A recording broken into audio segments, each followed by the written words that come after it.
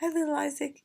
I'm still here, and I'm reading a book to you and to little Maisie and to little Munchie, who's at the foot of the bed.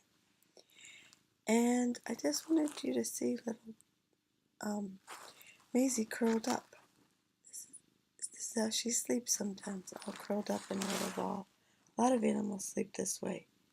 Squirrels, even like bigger ones. I once saw a beaver sleeping a little bit like this, a little bit different.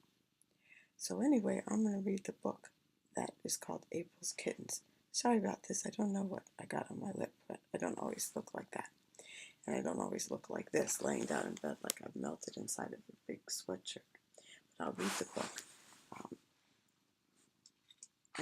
It was the one about April's kittens, and how the little girl has a cat with 3 kittens, and they're only letting her keep one of them. And Jeffrey came, and he chose little Butch. The next day, Mrs. Elwell came to April's house. Miss Elwell was extremely fond of cats and had 2 enormous ones of her own, although she lived in a small apartment. However, having no husband or children, she naturally had more room for cats. "Wouldn't you like to adopt one of our kittens, Miss Elwell?" And just to show you the picture again of the little boy from yesterday, he got his cat named Butch. I'm not sure if you could see it, but I'm in an awkward position. I think I showed that one to you last night. "Heavens no," cried Mrs. Elwell. "I already have too many cats. You should see my meat bill. It's simply appalling." But when she saw Charcoal and Brenda playing hide and seek among the sofa pillows, she began to weaken. "Oh, the sweet things, the little darlings," she kept saying over and over, and presently she had decided to take one after all.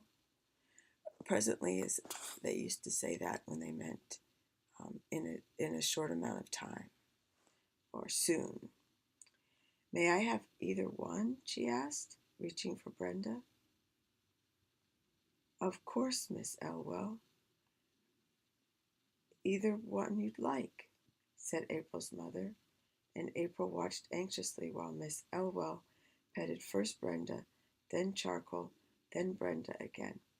Finally she picked up Charcoal and held him against her cheek. "I believe I'll take this one if I may," she said. "My other cats are both black, so I may as well have a kitten that matches." And April smiled happily, for she still had Brenda. "I hope your grown cats won't frighten Charcoal," said April's mother. "They're so big, and he's so little." Miss Elwell laughed. "It will be just the other way around," she said. "The big cats will be afraid of Charcoal at first, but after a day or two they'll be very happy together." I'm wondering if when they rewrite this book, they will make a few updates to the new edition, because I'm not sure it works that way.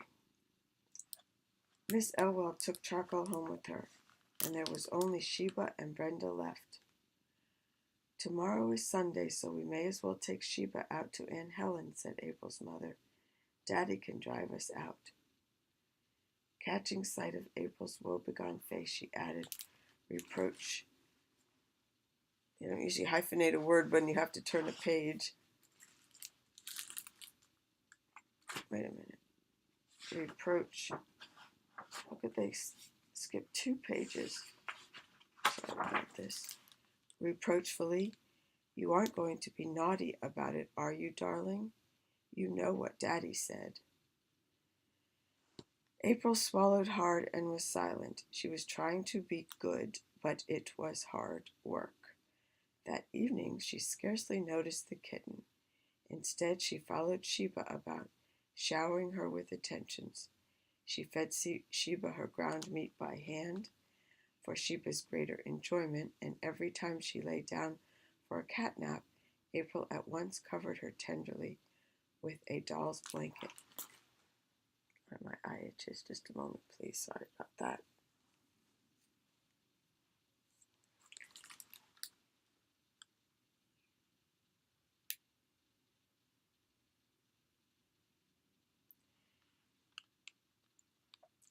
Sorry, I lost my place. That night, April did not fall asleep as usual.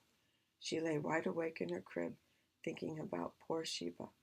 Would Sheba be happy at Aunt Helen's house, she wondered, or would she be lonely and miserable? Pretty soon voices floated in from the living room. What will heaven say when we drive up tomorrow with the yowling cat in the back seat? Her father asked. Does Helen want the cat? Her mother laughed a little. Well, not particularly, I'm afraid. She'd much rather have a kitten, of course, but she promised to take Sheba if no one else would. I suppose Helen can give her to one of the neighbors if she doesn't want to keep her. There was silence. Then April's father said, Poor old Sheba. I hope she does find a good home. She's such a nice cat. Yes, it's curious that these people would be willing to give up one of their cats simply because she had kittens and they want to keep a kitten. Interesting.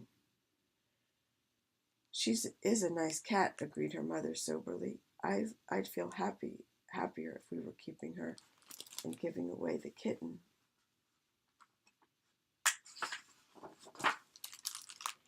Most people like kittens. They're so cunning, but not many care about a grown cat they haven't raised themselves. April's throat tightened painfully. She saw a vision that wrung her heart. Poor Sheba, taken squalling, frightened, and betrayed, to be turned loose in a strange place where no one cared for her. You know what? I haven't watched the time, and I think, it's not that much, because I know there's a limit to what you can upload. So I'll read a little bit more. April pictured Sheba's grief and despair when she realized that her own family didn't want her. Most dreadful of all, Sheba would think April no longer loved her. This was utterly unbearable, and suddenly April knew what she must do. There was no help for it. Brenda must go to Aunt Helen's instead. So Aunt Helen wanted Brenda and would keep her and be kind. I'm sorry I put the word so in there. It wasn't there. She's simply saying that Aunt Helen wanted the kitten. At this moment, April's mother stepped quietly into the bedroom. She leaned over April and laid a cool hand on her hot forehead. What's the matter, darling? Why aren't you asleep? I'm all right, Mummy, said April miserably. I just can't get comfortable. Then she flung her arms about her mother's neck. Oh, Mummy, she wailed. Aunt Helen can have Brenda. I want Sheba. She began to sob wildly. All right, darling, of course you shall keep Sheba if you'd rather, soothed her mother. She let April out of the bathroom and washed her face and gave her a long drink of cold water to help her stop crying. Yes, I find that cold water frequently makes me stop being sad. Sorry, sarcasm. That was sarcasm. I'm sorry. She led April out of the bathroom. I read that again. The sobs died down into an occasional hiccup. Yes, that's how we get hiccups. And soon April was back in bed again, with the clean hanky in her hand, while her mother straightened up the tumbled bedding. I'm going to show you the pictures as soon as I sit up. When she had finished tucking April in, she went to the door and called April's father. Charles, come here a minute. I want to show you something. April's father put down his newspaper and came in. What's the matter? He asked. Look, Charles, April will have to have a new bed. She has outgrown this one. He looked, and it was perfectly true. April was very small for her age, and that was why she had slept in a crib so long. But now, at last, she had outgrown it. When she stretched out, her toes touched the floor. Now remember, she's 7. That's old for a crib. I'm going to pause here and get up, and we can read this in another reading. I'm sorry to have read you in this awkward position, but I love you, little boy. my little Isaac, and I will see you soon.